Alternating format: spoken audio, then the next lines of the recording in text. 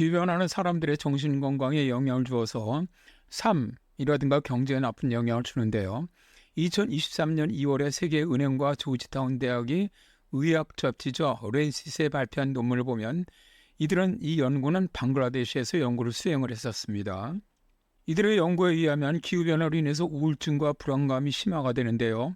방글라데시 전체 인구, 그러니까 15세 이상입니다. 인구의 16%가 우울증을 경험을 하고 6%는 불안장애를 겪으며 5%는 두 가지 상태가 공존하는 것으로 나타났고요. 여성은 우울증이 높게 나타나고 남성은 불안감에 더 취약합니다. 그리고 우울증은 여름에 14%, 겨울에 18%. 그러니까 우울증은 여름보다 겨울에 더 많이 발생하는 반면에 불안장애는 건기보다 몬순에 약간 더 높은 것으로 나타났지요. 2달 동안 1도 더 높은 기온을 경험한 개인은 불안장애를 보고할 확률이 21%가 더 높았고 우울증과 불안장애를 동시에 경험할 확률은 24%가 더 높았습니다. 2달 동안의 습도가 세제곱미터당 1g 증가하면 두 조건이 동시에 존재한다고 보고할 확률이 6%가 더 높습니다. 마지막으로 홍수와 같은 기후변화로 인한 자연재해에 대한 노출은 우울증 31%, 불안 69%, 두 질환의 동시 존재 87% 등 모든 질환의 확률 증가와 관련이 있었다고 합니다. 기후변화가 사람들의 정신건강에 어떤 영향을 미치는가에 대해서 케임브리지 대학 연구팀의 연구 결과가 미국 정신협회지에 게재가 되었는데요. 이들은 폭풍, 홍수, 가뭄, 폭염, 산불과 같은 여러 유형의 극단적인 기상현상을 조사한 41건의 연구를 분석을 했습니다. 연구 결과 젠더 기반 폭력이 극단적인 날씨와 기후현상으로 인해 악화되는 것으로 보이는 사실을 발견했고요. 주로 참전 군인들에게 나타나는 외상후 스트레스 장애, PTSD라고 부르죠. 이것도 최악의 미서부 대형 산불에서 살아남은 사람들에게 나타났는데 우울증과 불안의 위험이 높았다고 합니다.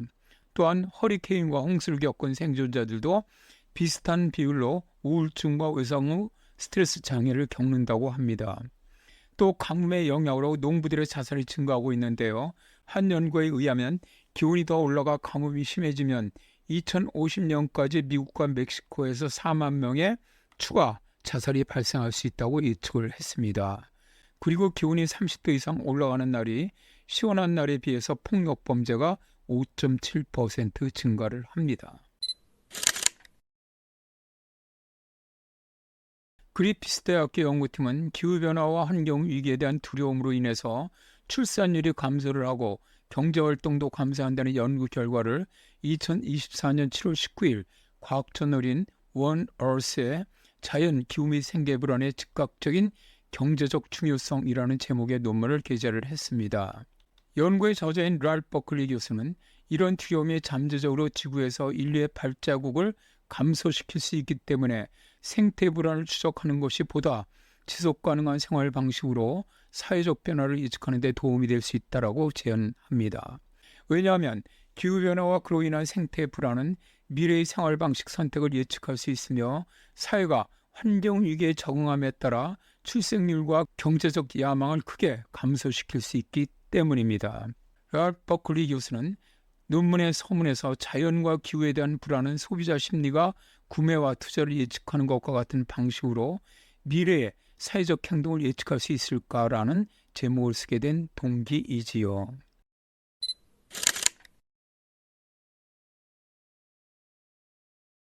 버클리 교수는 국제 글로벌 질병 부담 연구의 자료에 따르면 세계적으로 불안과 우울증이 널리 퍼져 있으며 악화되고 있다면서 경제육병은 전 세계 GDP의 최대 16%에 달하며 전 세계 1인당 노동일수 연간 평균 19일을 잃고 있다. 원인에는 여러 가지가 있으며 여기에는 현재의 기후위기, 생물 다양성, 생계위기 등이 포함된다고 버클리 교수는 말하는데요. 결국 기후불화로 인한 비용이 증가하면서 전 세계적으로 매년 수조 달러의 생산성 손실이 발생할 정도로 심각하다는 겁니다.